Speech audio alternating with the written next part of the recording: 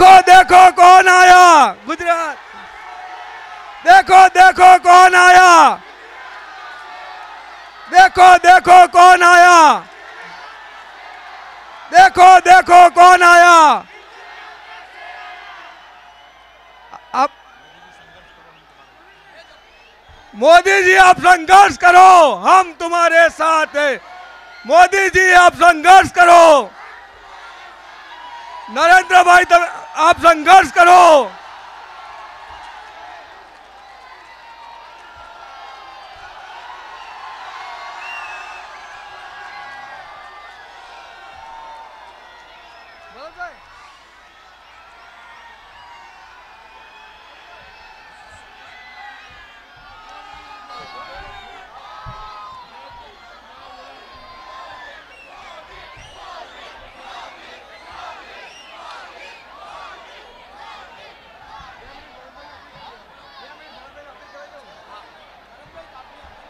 આપણી સતત 5 ટર્મથી દરિયાપુર કાજીપુરમાંથી ચૂંટાતા આપણા ધારાસભ્ય અને હાલ દરિયાપુરના ઉમેદવાર ભરતભાઈ બારોટ આપણને ખૂબ જ ટૂંકો પ્રવચન કરશે.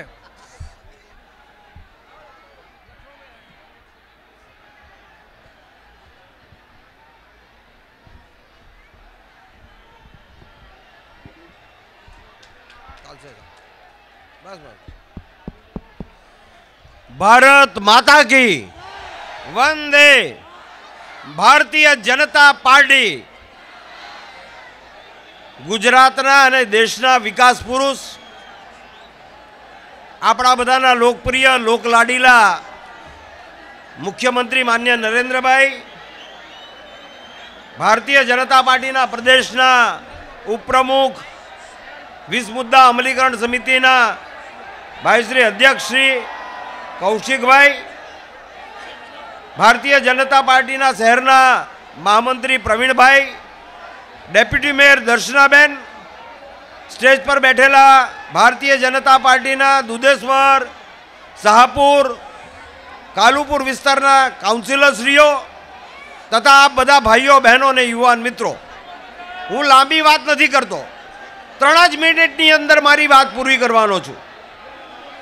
माननीय नरेंद्रभाई आया है, आप बधा नरेंद्रभाई ने सांभळवा मांगो छो एटला माटे गुजरातनी अंदर हमणा कोंग्रेसना युवराज राहुल गांधी आव्या अने राहुल गांधीए एम कीधुं के हूँ महात्मा गांधी बापूनो अनुयायी छुं अने एमने हूँ मारा आदर्श मानु छुं। हवे राहुल गांधी जो महात्मा गांधी ने पोताना आदर्श अने अनुयायी मानता होय तो देशनी आजादी वखते महात्मा गांधीए समग्र कांग्रेस ने विखेरी नाखवानी हाकल करी थी, सलाह आपी थी।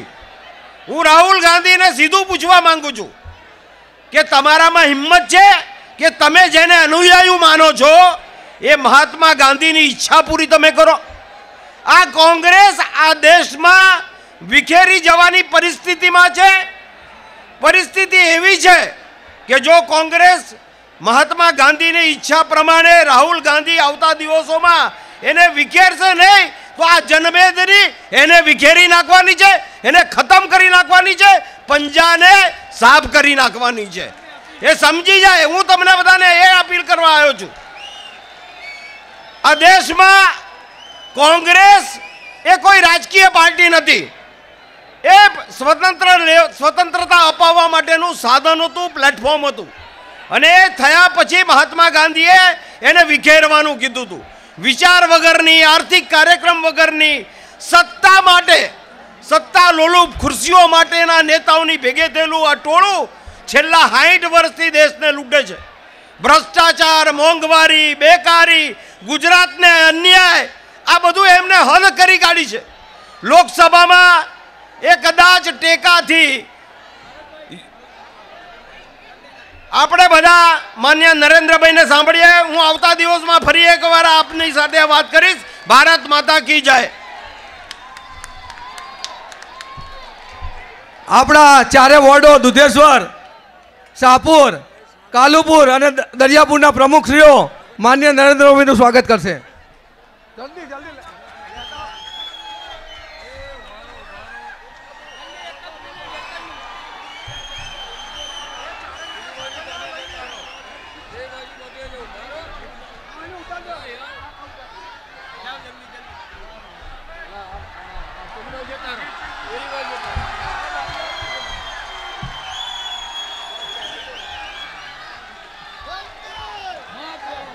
બસ બસ બસ ગુજરાતના વિકાસ પુરુષ જેમને દેશ અને દુનિયાને વિકાસની નવી દિશા બતાવી છે નરેન્દ્રભાઈ આપણને સંબોધન કરશે.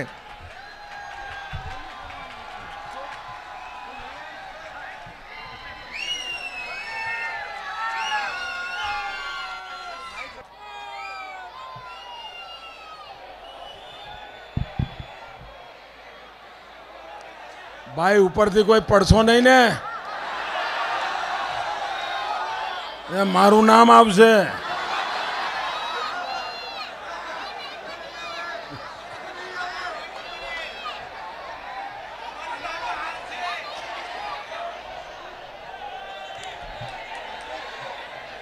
ભારત માતા કી, ભારત માતા કી. ભાઈઓ બહેનો, ચારે તરફ માનવ ભેદની છે અને સામે મારી નજર પહોંચે ત્યાં સુધી માથા જ માથા દેખાય છે.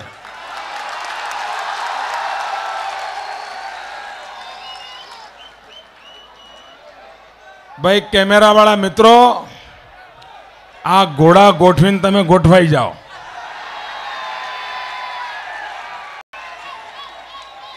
તમે ચિંતા ન કરો, હું જરાય ખસવાનો નથી. 2017 આવશો તોય મળીશ.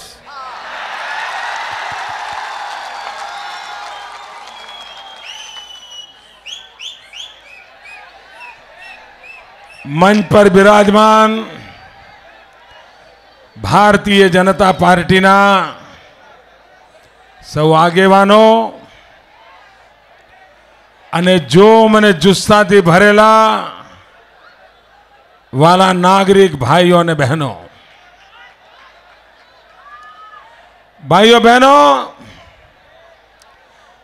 સમગ્ર દેશ અને દુનિયાનું ધ્યાન ગુજરાતની ચૂંટણી ઉપર છે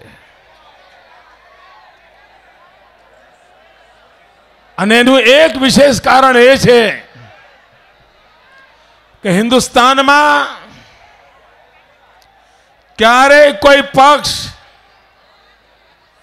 વિકાસના મુદ્દા પર ચૂંટણી લડવાની હિંમત નથી કરતો. આ ગુજરાત પહેલું રાજ્ય છે જેણે વિકાસના મુદ્દા પર ચૂંટણી લડવાનું બીડું ઉઠાવ્યું છે. ભાઈઓ,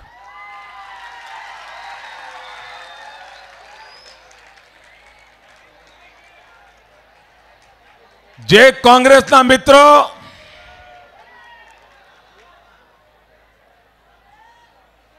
વોટ બેંકની રાજનીતિ કરીને આ દેશમાં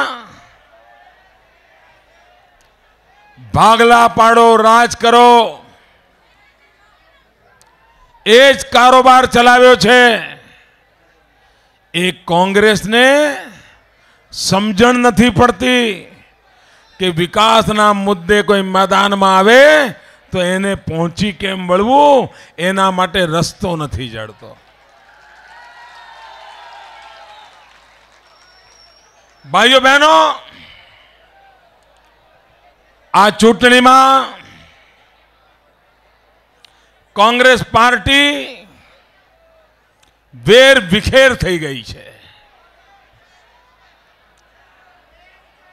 અને મિત્રો, હું દાવા સાથે કહું છું, ગુજરાતના જન્મથી આજ સુધીમાં કોંગ્રેસને જુદી જુદી ચૂંટણીઓમાં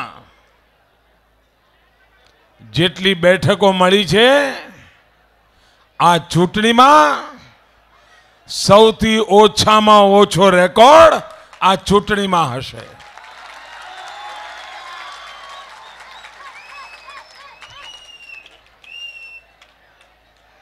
ભાઈઓ બહેનો,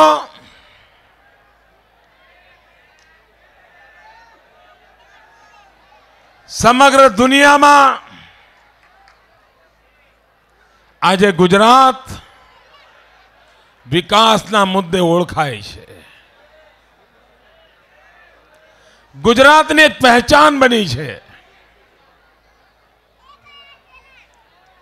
વીજળી હોય, પાણી હોય, સડક હોય, નવજવાનોને રોજગાર હોય, માતાઓ બહેનોની ભાગીદારી હોય. ભાઈઓ બહેનો, પ્લીઝ બેટા, માતાઓ બહેનોની ભાગીદારી હોય. ગુજરાતે સમગ્ર દેશમાં દિશા દર્શકનું કામ કર્યું છે. ભાઈઓ બહેનો, મારી આ ચૂંટણીમાં અપેક્ષા હતી કે કોંગ્રેસ પાર્ટી પણ વિકાસના મુદ્દાઓ પર ચર્ચા કરે. મારી અપેક્ષા હતી કે કોંગ્રેસ પાર્ટી કોંગ્રેસ શાસિત રાજ્યોમાં શું કામ થયું છે અને ગુજરાતમાં શું કામ થયું છે એની સરખામણી કરીને ગુજરાતની જનતાને વિશ્વાસ આપી શકી હોત કે ભાઈ ભાજપ કરતા કોંગ્રેસ સારી છે. પણ કોંગ્રેસ પાર્ટી એ કરવામાં પણ નિષ્ફળ ગઈ છે. મારી આશા હતી કે દેશના પ્રધાનમંત્રી ગુજરાતની ચૂંટણી સભાઓ કરવા આવી રહ્યા છે ત્યારે અર્થશાસ્ત્રી પ્રધાનમંત્રી, એની વિશ્વમાં પ્રધાનમંત્રી કરતા અર્થશાસ્ત્રી તરીકે ઓળખ વધારે મોટી છે. એવા પ્રધાનમંત્રી ગુજરાત આવે તો ગુજરાત આવીને એ વિકાસની વાત કરે, ડેવલપમેન્ટ પોલિટિક્સની ચર્ચા કરે. પણ ભાઈઓ બહેનો, મારે દુઃખ સાથે કહેવું છે કે દેશના પ્રધાનમંત્રી વિકાસની વાત કરવાને બદલે વોટ બેંકની રાજનીતિની વાત કરીને ગયા.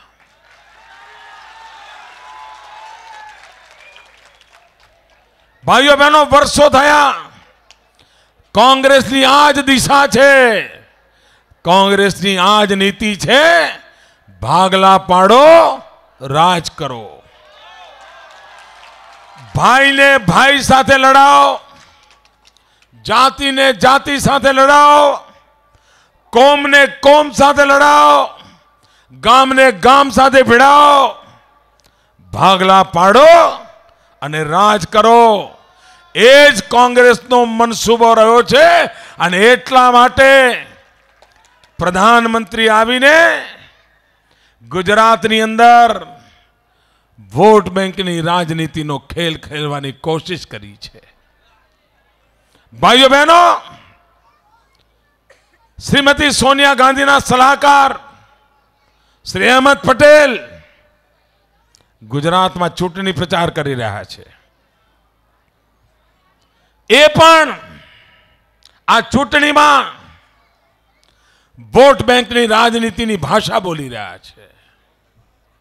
એ એમ કહે છે કે ગુજરાતનો મુખ્યમંત્રી મુખ્યમંત્રી નથી, એ તો સુલતાન છે, સુલતાન.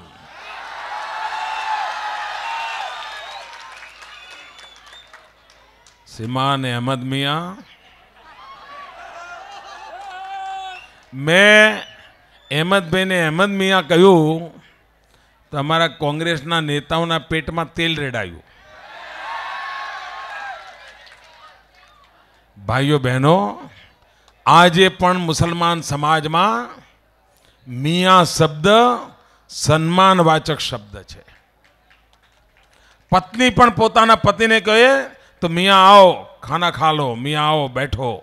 અને તમે તો એ વિસ્તારમાં રહો છો, તમને ખબર છે. પણ કોંગ્રેસના લોકોને પેટમાં તેલ રેડાયું. અહેમદભાઈ, તમે મોદીને સુલતાન કહ્યો છે, પણ તમને ખબર છે કે સુલતાન લોકશાહીની કુખમાંથી પેદા નથી થતા. સુલતાનના ઘરમાં સુલતાન જન્મતા હોય છે. જ્યાં વંશવાદ હોય છે ત્યાં સુલતાન પેદા થતા હોય છે. જ્યાં પરિવારવાદ હોય છે ત્યાં સુલતાન પેદા થતા હોય છે. અને તમે વંશવાદની સેવા કરવામાં દિલ્હીમાં પડ્યા છો, પરિવારવાદની સેવા કરવામાં દિલ્હી પડ્યા છો. અને તમે વંશવાદ અને પરિવારવાદમાં ડૂબેલા હોવાના કારણે તમારી મોંમાંથી સુલતાન સિવાય કોઈ શબ્દ નીકળવાની સંભાવના નથી. અને અહેમદભાઈ, કાન ખોલીને સાંભળી લો, આ નરેન્દ્ર મોદી લોકશાહીની કુખમાંથી જન્મેલો છે. જનતા જનાર્દનના મતથી એનો જન્મ થયો છે. એ કોઈ પ્રધાનમંત્રીના ઘરમાં પેદા નથી થયો, કોઈ પરિવારવાદમાંથી નથી આવ્યો. 6 કરોડ ગુજરાતીઓનો પ્રેમ જીતીને, તપસ્યા કરીને આ સન્માન પ્રાપ્ત કર્યું છે.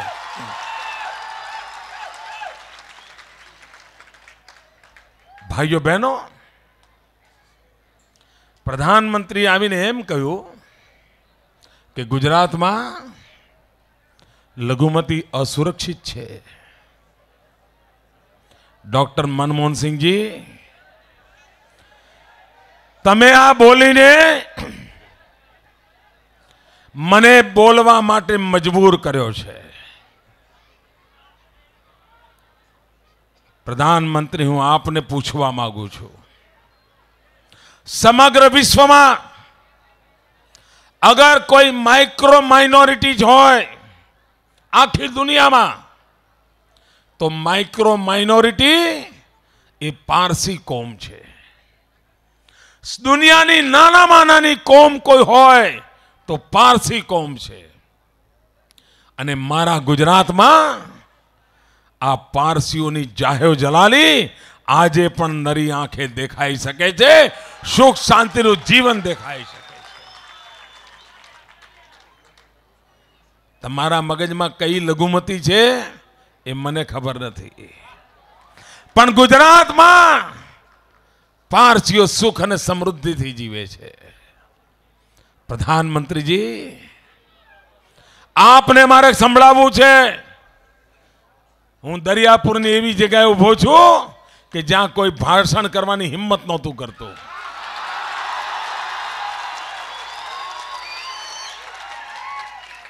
આ ભૂમિ પર આવવું મુશ્કેલ હતું, એવી જગ્યાએ આજે આવીને હું વાત કરી રહ્યો છું. અરે, જ્યારે કોંગ્રેસનો જમાનો હતો, ડોક્ટર મનમોહનસિંહજી, તમારી પાર્ટી અહીંયા રાજ કરતી હતી, ત્યારે છાસવારે કોમી હુલ્લડો થતા હતા. નિર્દોષ લોકોને મોતને ઘાટ ઉતારવામાં આવતા હતા. ચક્કા ચાલતા હતા, રિક્ષાઓ બળતી હતી, દુકાનો સળગતી હતી, ઘર બળતા હતા, લોકોને જીવતા જલાવી દેવામાં આવતા હતા. એ આ ગુજરાતની અંદર 40 વર્ષ સુધી આ ખેલ ચાલ્યો છે. નિર્દોષોને મોતને ઘાટ ઉતારવામાં આવતા હતા. પ્રધાનમંત્રીજી, આ મારા ગુજરાતની અંદર કર્ફ્યુની એટલી ભયંકર સ્થિતિ હતી કે આ દરિયાપુર વિસ્તારમાં પાણી કે દૂધ વગર છોકરાઓ અઠવાડિયું વરલખા મારતા હતા. એવી તમારી સ્થિતિ હતી. અરે, જ્યારે કોંગ્રેસનું રાજ હતું ત્યારે બાળક જન્મે અને બોલતા શીખે તો એને મમ્મી પપ્પા પછી ખબર પડતી હતી, કર્ફ્યુ પહેલા ખબર પડતી હતી. અરે, આ વિસ્તારમાં બાળક જન્મે થોડાક જ વર્ષોમાં એ પોતાના કાકાને નહોતો ઓળખતો, પોતાના મામાને નહોતો ઓળખતો, પણ શેરીની બહાર ઉભેલા પોલીસ અંકલને ઓળખતો હતો. એવા દિવસો હતા. પ્રધાનમંત્રીજી, આ દસકો એવો ગયો છે ગુજરાતમાં વર્ષો પછી પહેલો દસકો એવો ગયો છે કે જ્યાં તોફાનોનું નામો નિશાન નથી. લોકો ભાઈચારાથી જિંદગી જીવે છે, એકતાથી જિંદગી જીવે છે, એકબીજાના સુખ દુઃખમાં ભાગીદાર બને છે, બધા જ હળીમળીને ઉત્સવો ઉજવે છે, સુખ શાંતિથી જગન્નાથજીની રથયાત્રા નીકળે છે. એક જમાનો હતો જગન્નાથજીની રથયાત્રા નીકળે તો લોકોને એમ થતું હતું તોફાન થશે. આજે જગન્નાથજીની રથયાત્રા નીકળે તો મારા મુસલમાન ભાઈઓ શરબતના સ્ટોલ લગાવે છે અને શરબત પીવડાવે છે. આ જમાનો બદલાઈ ગયો છે. આજે મોહરમ નીકળે તો હિન્દુઓ પણ એટલા જ ઉમંગથી શરીક થાય છે. પણ કોંગ્રેસના પેટમાં દુખે છે કે વર્ષોથી મુસલમાનોને મૂર્ખ બનાવીને આ વોટ પડાવી લીધા અને કાયમ ભાજપનો ડર બતાવ્યો. ખબરદાર, ભાજપ આવશે તો મરી જશો. ખબરદાર, ભાજપ આવશે તો તમારી તો કટલે આમ થઈ જશે. ખબરદાર, ભાજપ આવશે તો મરી જશો. અને ડરાવીને વોટ પડાવતા હતા, ડરાવીને. પણ હવે 10 વર્ષથી મોદીની સરકાર જોયા પછી જ્યારે મુસલમાનો ભાજપને વોટ આપવા માંડ્યા છે એટલે કોંગ્રેસના પેટમાં તેલ રેડાયું છે કે અમારી વોટ બેંક ગઈ, અમારી વોટ બેંક ગઈ. અને કોંગ્રેસના મિત્રો, જમાનો બદલાઈ ગયો છે. હવે મુસલમાનો પણ તમારા જૂઠાણા સાંભળવા તૈયાર નથી. તમારી છેતરપિંડના ખેલ હવે પૂરા થઈ ગયા છે. અને પ્રધાનમંત્રી, તમે ગુજરાતમાં સલામતીની ચર્ચા કરવા આવ્યા છો. હું આપને પૂછું છું, પ્રધાનમંત્રી, દિલ્હીમાં કોંગ્રેસની સરકાર છે. પ્રધાનમંત્રીજી, આસામમાં કોંગ્રેસની સરકાર છે. આપ આસામથી પાર્લામેન્ટના મેમ્બર છો. આસામ તમારું હોમ સ્ટેટ છે. આપ રાજ્યસભામાં આસામથી ચૂંટાઈને આવ્યા છો. બંને જગ્યાએ કોંગ્રેસની સરકાર છે, તમે પ્રધાનમંત્રી છો. પ્રધાનમંત્રીજી, આ દેશ જાણવા માંગે છે 4 મહિના પહેલા આસામમાં જે કટલેઆમ ચાલી એના માટે કોણ જવાબદાર છે? મહિનાઓ સુધી ગામના ગામ બાળી મૂકવામાં આવ્યા, કટલેઆમ ચાલી, આસામમાંથી લાખો લોકોને હિજરત કરવી પડી. પ્રધાનમંત્રીજી, જવાબ આપો, આ દેશ જવાબ માંગે છે. અને તમે ગુજરાતનો હિસાબ માંગવા નીકળ્યા છો. અમે ગુજરાતના લોકો 6 કરોડ ગુજરાતીઓ સુખ શાંતિ અને ભાઈચારાથી જીવી રહ્યા છીએ, એકતાથી જીવી રહ્યા છીએ, ધંધા રોજગાર કરી રહ્યા છીએ, વેપારની જિંદગી ચલાવી રહ્યા છીએ. અને તમે આવીને વોટ બેંકની રાજનીતિ કરીને સત્તા હથિયાવવા માટેના ખેલ ખેલો છો. પ્રધાનમંત્રી, આપને આ નથી શોભતું. આપે ગુજરાતને ઘા પર મીઠું ભજરાવવાનો પાપ કર્યું છે. પ્રધાનમંત્રી, આ કોઈ દિવસ ગુજરાત તમને માફ નહીં કરે. શું ભાઈઓ બહેનો, આપને શાંતિ જોઈએ છે કે નથી જોઈતી? એકતા જોઈએ છે કે નથી જોઈતી? ભાઈચારો જોઈએ છે કે નથી જોઈતો? આ કર્ફ્યુની મુક્તિ જોઈએ છે કે નથી જોઈતી? આ ચક્કાબારીથી મુક્ત થવું છે કે નથી થવું? ગુજરાતને શાંતિ જોઈએ છે, ભાઈચારાથી જિંદગી જીવવી છે. અને તમે આગ લગાવવા નીકળ્યા છો, ગુજરાતને બરબાદ કરવા નીકળ્યા છો.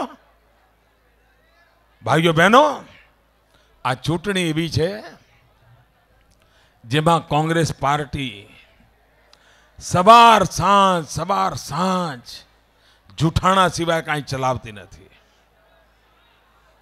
આ મેડમ સોનિયાજી આયા હતા.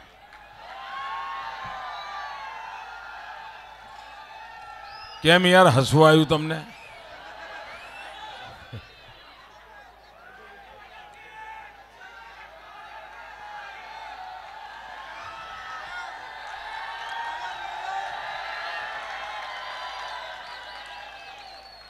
મેડમ સોનિયાજી આવ્યા હતા. આ કોંગ્રેસની બેંકરપ્સી એવી છે, કોંગ્રેસનું દારિદ્ર્ય એવું છે કે કોંગ્રેસને આ ચૂંટણીમાં માણસો પણ નથી મળતા અને મુદ્દા પણ નથી મળતા. સોનિયાબેન આદિવાસી વિસ્તારમાં આવ્યા હતા. એમણે ચૂંટણી સભામાં શું કહ્યું? એમણે એમ કહ્યું, આ ગામમાં પહેલા મારા સાસુ પણ આવ્યા હતા. હવે ભાઈ આ ચૂંટણીનો મુદ્દો છે. ના ના, એ ગામમાં તમારા સાસુ આવ્યા હતા એટલે તમને વોટ આપવાના. આ સોનિયાબેન આવી રીતે વોટ માગે છે કે આ ગામમાં મારા સાસુ આવ્યા હતા તો તમે મને વોટ આપો. અરે મેડમ, હા વાંચી લીધું ભાઈ, વાંચી લીધું. એ જનતા જનાર્દનને વંચાવો.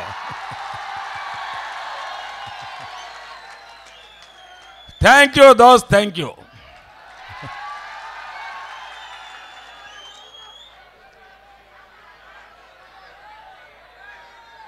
હવે પાર્ટીઓ નીચે રાખો, લોકોને પાછળ દેખાય.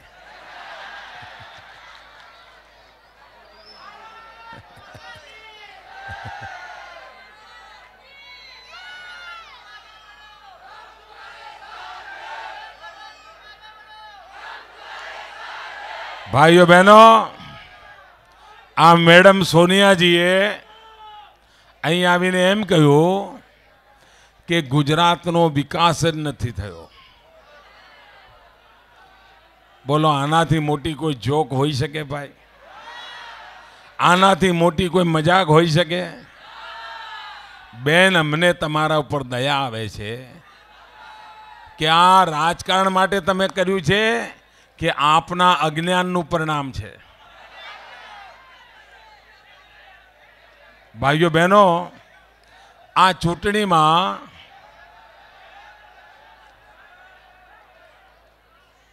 દોસ્તો હવે માઇલો સુધી લોકો છે, કાંઈ તમે હલો મેળ નહીં પડે. પહેલા એમ મને દેખાય નહીં ત્યાં સુધી પબ્લિક ઊભી છે. પહેલા હવે તમે કોશિશ જ ના કરો ભાઈ, જ્યાં છો ત્યાં. ભાઈઓ બહેનો, આ મેડમ સોનિયાજી એમણે આવીને એમ કહ્યું કે ગુજરાતનો વિકાસ જ નથી થયો. સોનિયાબેન, આપ ભૂલી ગયા તો હોય તો હું આપને યાદ કરાવું.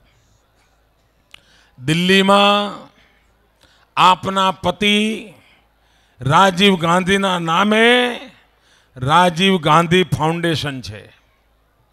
મેડમ સોનિયાજી, તમે એ રાજીવ ગાંધી ફાઉન્ડેશનના પ્રમુખ છો અને તમારા રાજીવ ગાંધી ફાઉન્ડેશને દેશના અર્થશાસ્ત્રીઓને ભેગા કરીને એમને કામ સોંપ્યું હતું. અને કામ એ સોંપ્યું હતું સમગ્ર હિન્દુસ્તાનનો સર્વે કરવાનું અને આ દેશમાં કયા રાજ્યમાં કેટલો વિકાસ થયો છે, કેટલી પ્રગતિ થઈ છે, એનો દસ્તાવેજ તૈયાર કરવાનો. સોનિયાબેન, તમારા પ્રમુખ પદે આ રાજીવ ગાંધી ફાઉન્ડેશને સમગ્ર દેશનો સર્વે કરીને એક ગ્રંથ બહાર પાડ્યો છે. એ ગ્રંથના પહેલા પાના પર તમારો ફોટો છે, એમાં તમારી સહી છે. અને એ રાજીવ ગાંધી ફાઉન્ડેશનનો અહેવાલ એમ કહે છે, સમગ્ર દેશમાં તેજ ગતિથી વિકાસ પામનારા કોઈ રાજ્ય હોય તો એનું નામ ગુજરાત છે.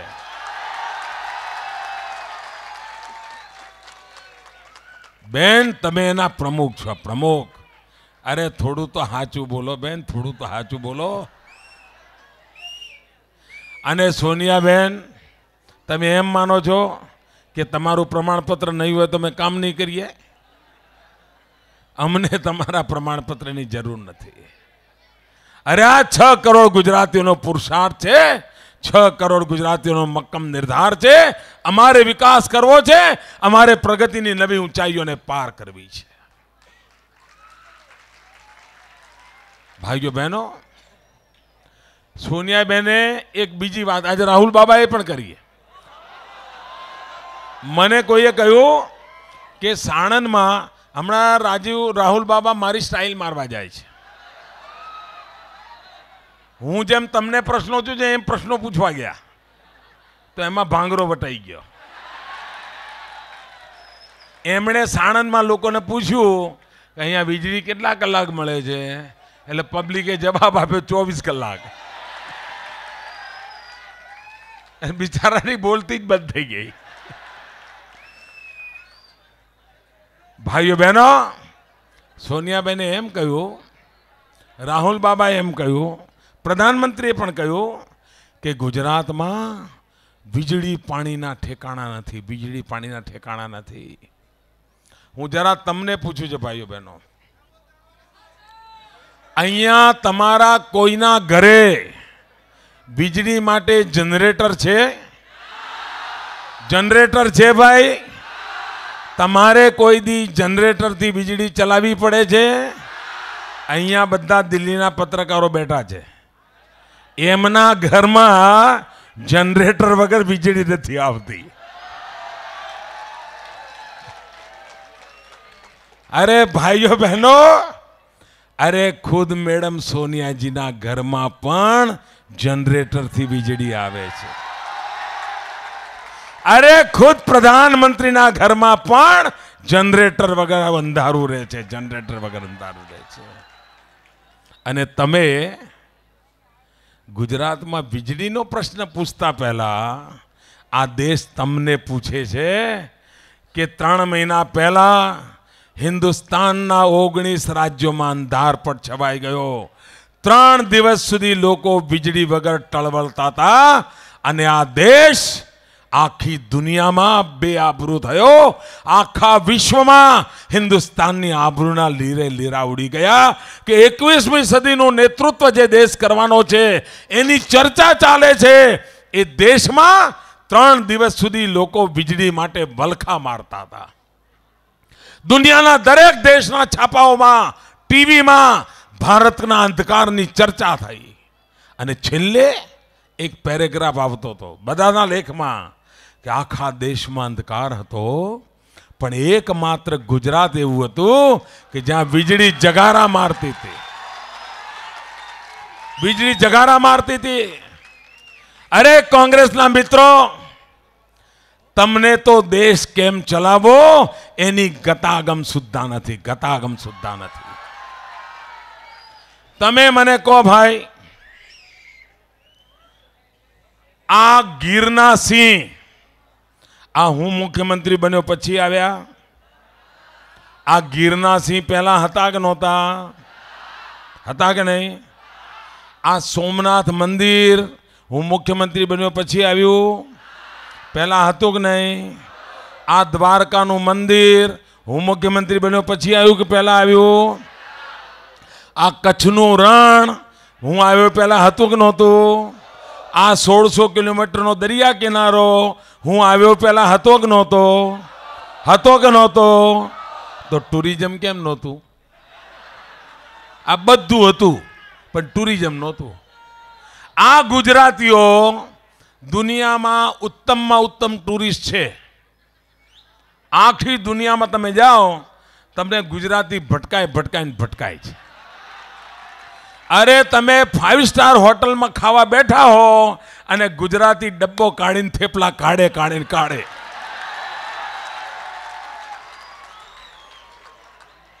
ભાઈઓ બહેનો, આ ગુજરાતીઓ દુનિયામાં સૌથી સારા ટુરિસ્ટ હોવા છતાંય આ ગુજરાત ટુરિઝમનું ડેસ્ટિનેશન નહોતું. આ અમિતાભ બચ્ચન આ રાજીવ ગાંધીના મિત્ર હતા કે નહીં ભાઈ? કોંગ્રેસ પાર્ટીના MP હતા કે નહોતા? એ વખતે એમનો સિતારો ચમકતો કે નહોતો ચમકતો? અહીંયા ગુજરાતમાં કોંગ્રેસની સરકાર હતી કે નહોતી? એમને અમિતાભ બચ્ચનનો ઉપયોગ કરતા આવડ્યું? અને આજે અમિતાભ બચ્ચન ઘરે ઘરે જઈને કહે છે कुछ दिन तो गुजारा गुजरात में, कच्छ नहीं देखा तो कुछ नहीं देखा.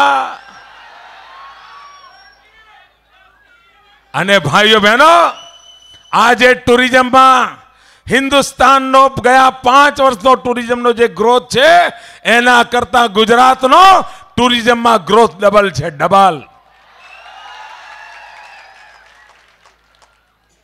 આ કોંગ્રેસના જમાનામાં ટુરિઝમનો ટી ખબર નહોતી. અને કોંગ્રેસના મિત્રો ગુજરાતની આલોચના કરવા નીકળ્યા છો. ભાઈઓ બહેનો, આ કોંગ્રેસ પાર્ટીએ 2009માં લોકસભાની ચૂંટણીમાં 100 દિવસમાં મોંઘવારી દૂર કરવાનું આપને વચન આપ્યું હતું. 100 દિવસમાં મોંઘવારી દૂર કરવાનું વચન આપ્યું હતું. મોંઘવારી હટી, મોંઘવારી ઘટી, મોંઘવારી વધી.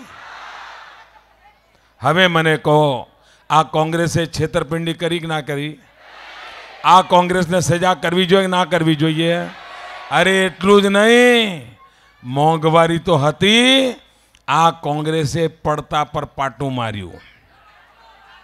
ગેસના બાટલા લઈ લીધા. હવે એમ કહે છે કે 6 બાટલામાં ચલાવો અને ધણીને કાચું ખવડાવો.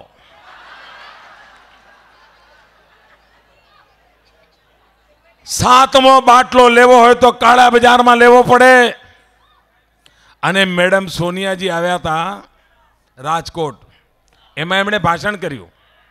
એમણે એમ કહ્યું કે કોંગ્રેસની સરકારોએ, કોંગ્રેસના મુખ્યમંત્રીઓએ વધારાના 3 સિલિન્ડર આપવાની જાહેરાત કરી છે, મોદી કેમ જાહેરાત નથી કરતા? એ વાતને 3 મહિના થઈ ગયા. મેડમ સોનિયાજી, હું આ ભરી સભામાં દેશ વિદેશના મીડિયાની હાજરીમાં આપને સવાલ પૂછું છું, અને મેડમ સોનિયાજી ઈમાનદારીથી સાચો જવાબ આપજો. ગયા 3 મહિનામાં આપે જાહેરાત કર્યા પછી આ દેશની એક પણ કોંગ્રેસી સરકારે એક પણ વ્યક્તિને ગેસનું સિલિન્ડર આપ્યું હોય તો એનું નામ જાહેર કરો. જૂઠું બોલો છો? અરે ગેસ કંપનીઓએ જાહેરાત કરી છે કે અમે 6 ઉપર 7મો સિલિન્ડર નહીં આપી શકીએ, અને તમે મૂર્ખા બનાવો છો. અને મેડમ સોનિયાજી, તમે નરેન્દ્ર મોદીને પૂછો છો ગેસના સિલિન્ડરનું, હું જરા તમને પૂછું તો તમારી સરકારે કેવું પાપ કર્યું છે. ભાઈઓ બહેનો, ગુજરાત એક પહેલું રાજ્ય છે જેણે 2200 કિલોમીટર લાંબી ગુજરાતમાં ગેસ ગ્રીડ નાખી, ગેસની પાઇપલાઇનો નાખી. 2200 કિલોમીટર.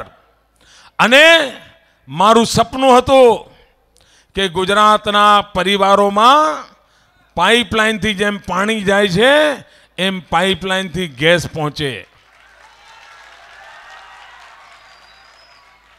એક કામ મેં શરૂ કર્યું.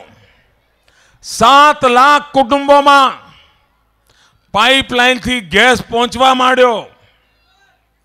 અને કોંગ્રેસ પાર્ટી વાળાને ખબર પડી કે જો આ પાઇપલાઇનથી ગેસ પહોંચશે તો દરેક કુટુંબનો મહિને 600-700 રૂપિયાનો ખર્ચો બચી જશે. કારણ કે પાઇપલાઇનનો ગેસ સસ્તો છે, સિલિન્ડરનો ગેસ મોંઘો છે. અને જો આ લાખો કુટુંબોમાં મોદી જો ગેસની પાઇપ પહોંચાડી દીધી તો આ બહેનો આગામી 25 ચૂંટણીઓમાં મોદીનો થપ્પો મારશે. અને એકવાર જો મોદીને બહેનોના આશીર્વાદ મળી ગયા પછી કોંગ્રેસનો પત્તો પડવાનો નથી. એટલે કોંગ્રેસે શું કર્યું? દિલ્હી સરકારને પત્રો લખ્યા, દિલ્હી સરકારની કાન ભંભેડી કરી. ભાઈઓ બહેનો, મારું લક્ષ્ય હતું ગયા વર્ષે 20 લાખ કુટુંબોમાં પાઇપલાઇનથી ગેસ પહોંચાડવાનું. 7 લાખ સુધીનું મેં કામ પૂરું કર્યું. 2200 કિલોમીટરની પાઇપ મુખ્ય પથરાયેલી પડી છે. પણ આ દિલ્હી સરકારે, મધ્યમ વર્ગની વિરોધી સરકારે, ગુજરાતના વિકાસ વિરોધી સરકારે રાતોરાત ગુજરાત સરકારને પાઇપલાઇન નાખવા પર પ્રતિબંધ મૂકી દીધો. અને એમ કહ્યું કે ગેસ એ તો સેન્ટ્રલ સબ્જેક્ટ છે, મોદી પાઇપલાઇન ન નાખી શકે. ભાઈઓ બહેનો, મેં 7 લાખ કુટુંબોમાં ગેસની પાઇપલાઇનથી ગેસ પહોંચાડ્યો છે. એના કારણે વર્ષે 2 થી 3 કરોડ ગેસના સિલિન્ડરનો બચાવ થાય છે. વર્ષે 2 થી 3 કરોડ ગેસના સિલિન્ડર બચવાને કારણે આ દિલ્હી સરકારની તિજોરીમાં વર્ષે સબસિડીના 15,000 કરોડ રૂપિયા બચે છે. 15,000 કરોડ રૂપિયા ગુજરાત ગેસની પાઇપલાઇનને કારણે દિલ્હી સરકારનો બોજ ઘટાડે છે, 15,000 કરોડની બચત કરે છે. તેમ છતાંય માત્ર રાજકારણ કરવા ખાતર એમણે ગેસની પાઇપલાઇન પર પ્રતિબંધ મૂક્યો છે. ભાઈઓ બહેનો, પણ એમને ખબર નથી આ મોદી છે.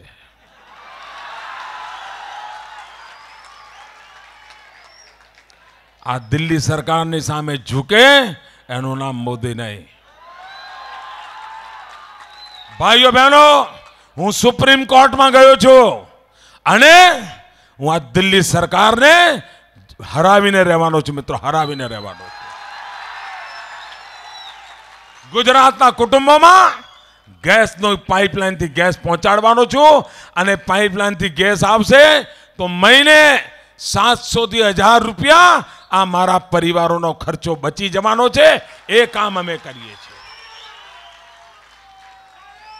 ભાઈઓ બહેનો, આ દિલ્હીની સરકાર કેવા પાપ કરે છે. હિન્દુસ્તાનમાં ક્યારે કોઈ સરકારે કોઓપરેટિવ મુવમેન્ટ ઉપર ટેક્સ નહોતો નાખ્યો, સહકારી પ્રવૃત્તિ ઉપર ટેક્સ નહોતો નાખ્યો, સહકારી મંડળીઓ પર ટેક્સ નહોતો નાખ્યો. આ દિલ્હીની સરકારે ટેક્સ ભેગા કરીને તિજોરી ભરવા માટે સહકારી મંડળીઓ પર ઇન્કમ ટેક્સ નાખ્યો. એના કારણે ગુજરાતની જે દૂધ મંડળીઓ છે એ દૂધ મંડળીઓ ઉપર 30% વેરો લાગ્યો છે. 30% વેરો. અને આ 30% વેરો દિલ્હી સરકારની તિજોરીમાં જાય છે. એના કારણે મારા ગરીબ પરિવારના બાળકો દૂધ પીતા બંધ થઈ ગયા. દૂધ પીતા બંધ થઈ ગયા. દૂધ મોંઘું થયું. એનું પાપ આ દિલ્હી સરકારને માથે જાય છે. ભાઈઓ બહેનો, શાકભાજી મોંઘા થયા. કારણ દર મહિને 2 મહિને ડીઝલના ભાવમાં વધારો કરે, ટ્રાન્સપોર્ટેશનનો ખર્ચો વધે અને એના કારણે સરેરાશ 15%નો નવો બોજ શાકભાજી બજારમાંથી શહેરમાં લાવનારા ઉપર પડ્યો અને એના કારણે શાકભાજી મોંઘી થઈ. સોનિયાબેન, તમારા પાપે આ થયું છે. બેન, ગરીબના ઘરમાં ચૂલો નથી સળગતો. અરે મેડમ સોનિયાજી, તમે તો એક માં છો, માં. અરે કોઈ ગરીબના ઘરમાં ચૂલો ન સળગે તો તમારા હૃદયમાં વેદના હોવી જોઈએ. તમે અહીંયા ચૂંટણી ભાષણો કરવા આવ્યા, મોંઘવારીનો મ બોલવા તૈયાર નથી. મોંઘવારીનો મ બોલવા તૈયાર નથી. વોટ લેવા નીકળ્યા છો. ભાઈઓ બહેનો, આજ રાહુલ બાબા આવ્યા હતા. એમણે તો એવી કમાલ કરી સાહેબ. આ છાપાવાળા બધા આખો દાડો એકબીજાને ફોન કરીને મીટિંગ કરે છે કે ભાઈ આ રાહુલ બાબાના ભાષણમાંથી સમાચાર કેવી રીતે બનાવવા. મૂંઝવણ છે. અંદર સમાચાર જ નથી. બોલો, આ છાપાવાળાઓની સૌથી મોટી કસોટી છે. હું કાલ જોઉં છું કે કેવી હેડલાઇન બનાવે છે. કશું જડતું જ નથી. શું બોલીને ગયા ખબર જ નથી પડતી. એટલે છાપાવાળાએ નક્કી કર્યું કે એમ કરો, અહેમદભાઈને ખુશ કરવા માટે મોટા છાપામાં ફોટા છાપી દઈશું. બોલો સાહેબ, જે કોંગ્રેસ જેના ભરોસે જીવે છે એ ભાઈએ આવીને આ દશા કરી. એમણે આવીને ગુજરાતને ઇતિહાસનું જ્ઞાન આપ્યું.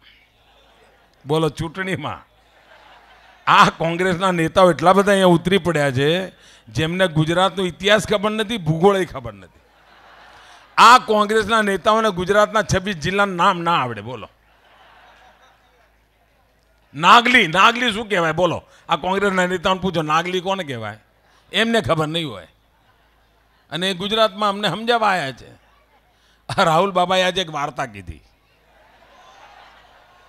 બહુ વાર્તા બહુ મજેદાર છે મિત્રો, સંભળાવું? એમણે એમ કહ્યું કે પૂજ્ય બાપુ એ મારા ગુરુ છે, એવું કહ્યું. મહાત્મા ગાંધી મારા ગુરુ છે. અને એમણે એમ કહ્યું કે પૂજ્ય બાપુ અલ્હાબાદ એકવાર અમારા ઘરે આવ્યા હતા. મોતીલાલ નહેરુ અલ્હાબાદમાં રહેતા હતા. પંડિત નહેરુનું ઘર અલ્હાબાદમાં હતું. નહેરુજીના પિતાજીનું નામ મોતીલાલ નહેરુ. તો મહાત્મા ગાંધી અલ્હાબાદ મોતીલાલજીના ઘરે મહેમાન થયા હતા. તો રાત્રે રોકાવાના હતા, પછી રાત્રે સૂઈ જવાના હતા, રાત્રે સુવાના હતા.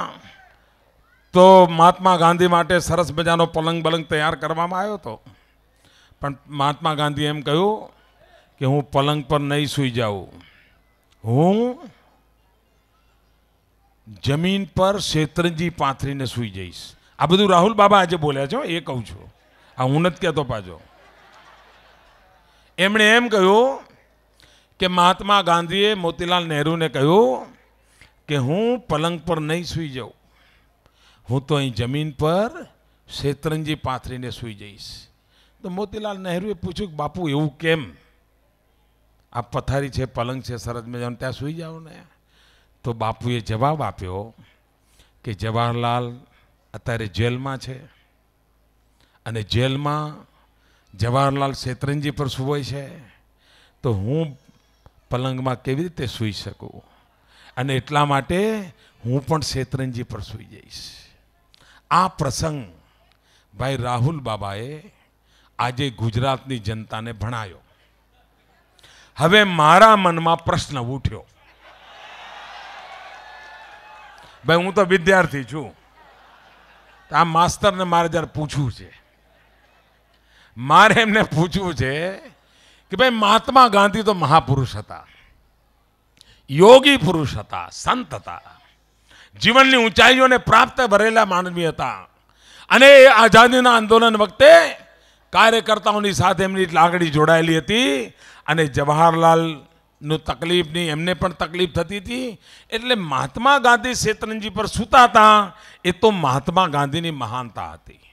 પણ મારો સવાલ એ છે કે જવાહરલાલ જ્યારે જેલમાં હતા, શેતરંજી પર સૂતા હતા, તો એમના પિતાજી મોતીલાલ એ પલંગમાં કેમ સૂતા હતા?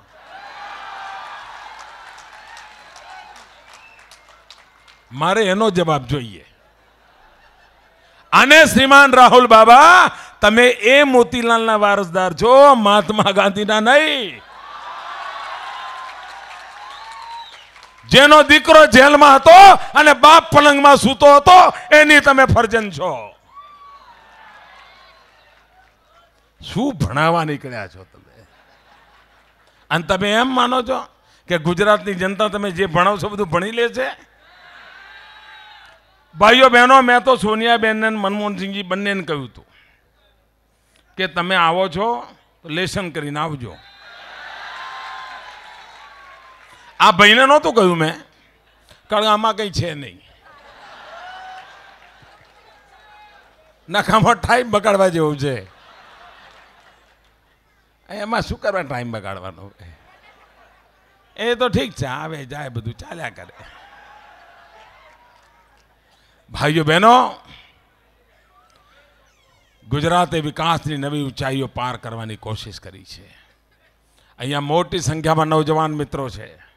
ભાઈઓ બહેનો, આ કોંગ્રેસ પાર્ટીએ, આ પ્રધાનમંત્રીએ પણ, સોનિયાજીએ પણ અને રાહુલ બાબાએ ત્રણેય એક વાત એવી કરી કે ગુજરાતમાં સૌથી વધારે બેકારી છે. બોલો, સૌથી વધારે બેકારી છે.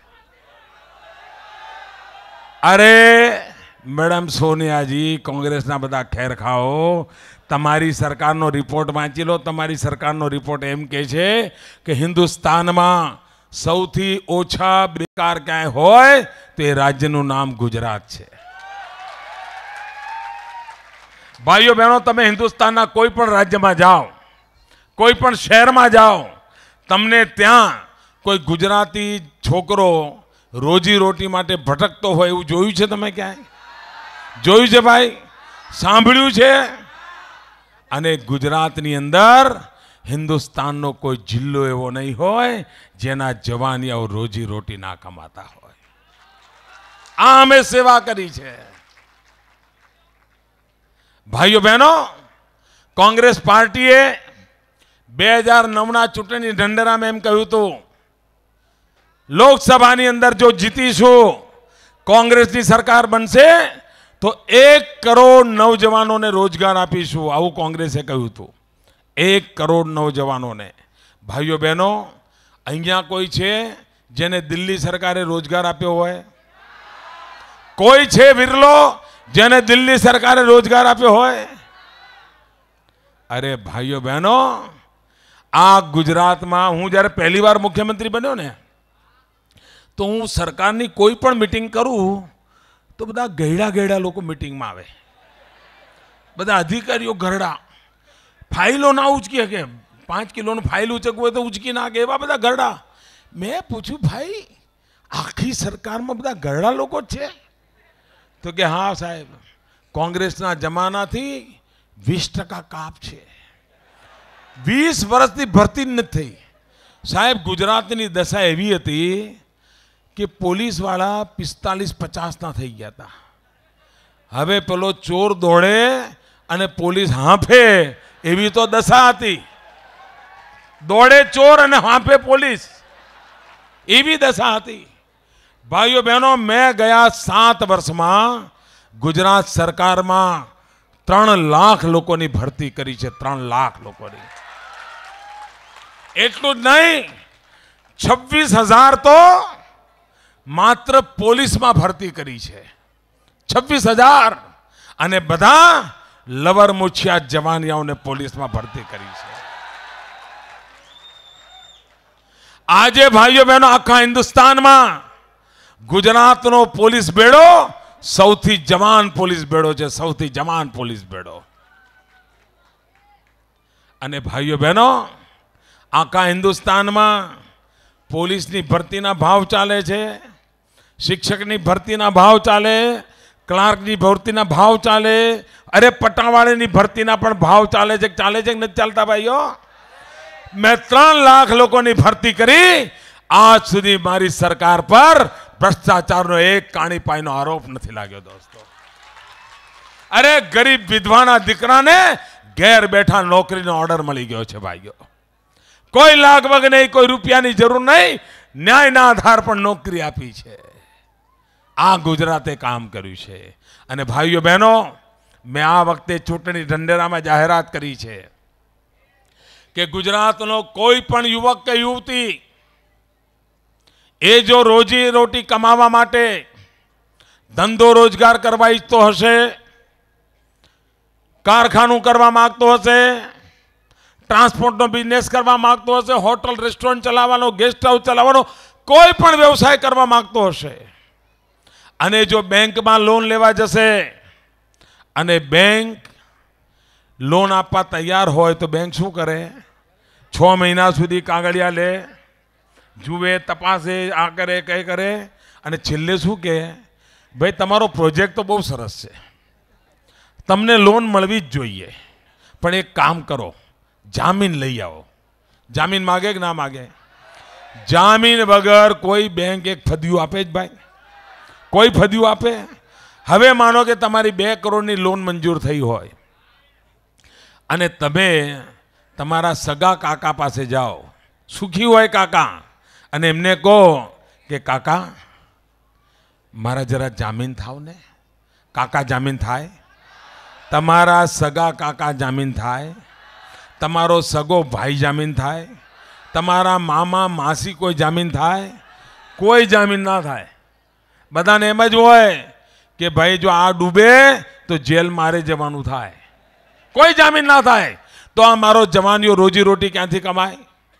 ઉદ્યોગ ધંધો ક્યાંથી કરે?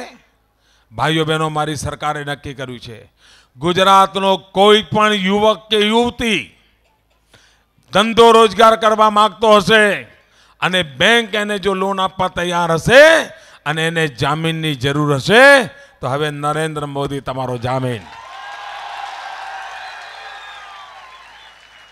મારી સરકાર તમારી જામીન બનશે અને ગુજરાતના નવજવાન એનું નસીબ અજમાવે એના માટે પૂરેપૂરી મદદ કરશે.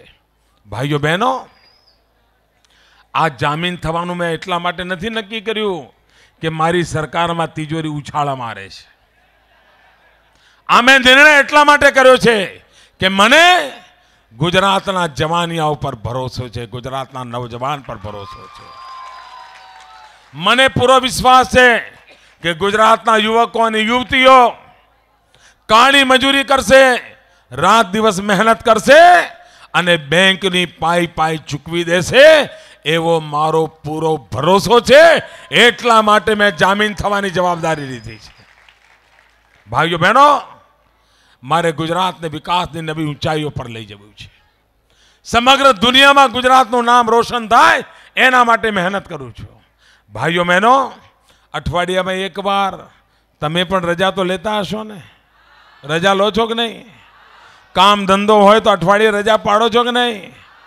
ભાઈઓ બહેનો, હું 12 વર્ષથી ગાંધીનગરમાં બેઠો છું. આ એક એવો મજૂરીઓ છે જેણે 12 વર્ષમાં એક દિવસ પોતાને માટે રજા નથી લીધી.